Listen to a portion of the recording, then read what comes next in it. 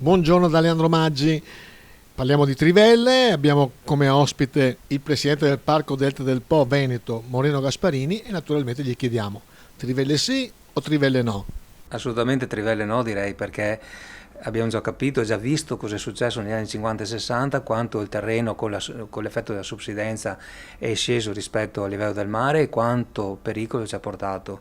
Abbiamo pagato negli anni passati quello che è stato la messa in sicurezza degli argini dell'Adige e del Po, perché sapete che siamo fra due fiumi, i due fiumi più importanti d'Italia, quindi per far lavorare la gente, per far lavorare i pescatori in mare e per portare reddito per fare reddito in questo territorio abbiamo dovuto investire grandi e tanti soldi per mettere in sicurezza il territorio. Quindi oggi perché diciamo no? Perché sulla bilancia del quel pro che può essere il gas metano estratto dal sottosuolo in quest'area e il costo sociale che ci è costato in questi decenni, io credo che non ne valga la pena. Poi ci ostiniamo, continuiamo ad andare contro quello che è il mondo intero, che è la strada del mondo intero, che è quella delle rinnovabili, delle fonti rinnovabili attraverso il fotovoltaico e l'eolico. Qui ci ostiniamo comunque a sostenere che vale la pena estrarre metano da sottosuolo, quando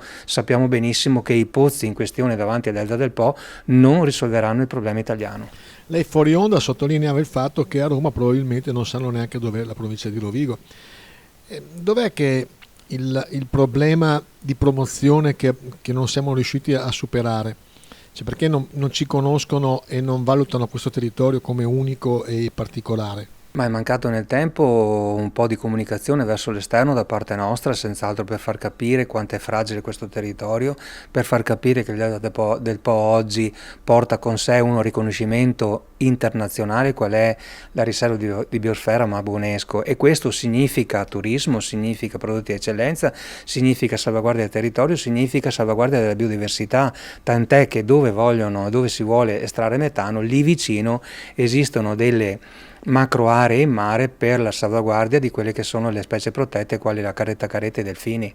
Tutti i sindaci del Delta, che siano di destra o di sinistra, centrodestra o centrosinistra, sono contrari a queste trivelle e queste estrazioni. Anche i politici di riferimento che abbiamo a Roma. Ciò nonostante, il progetto va avanti.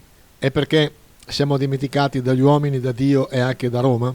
No, io credo che ci sia una via di mezzo, nel senso che deve prevalere, secondo me, oggi, anche se c'è un'emergenza mondiale dell'approvvigionamento energetico che ognuno per conto suo vuole avere, io credo che comunque debba prevalere il buonsenso, nel senso che vero è che il nostro governatore Zaia ha detto no alle stazioni davanti al Polesine, ma vero è che anche il ministro Urso deve rendersi conto di qual è la peculiarità di quest'area qua e qual è la sua criticità sotto il punto di vista anche proprio di morfologia territoriale.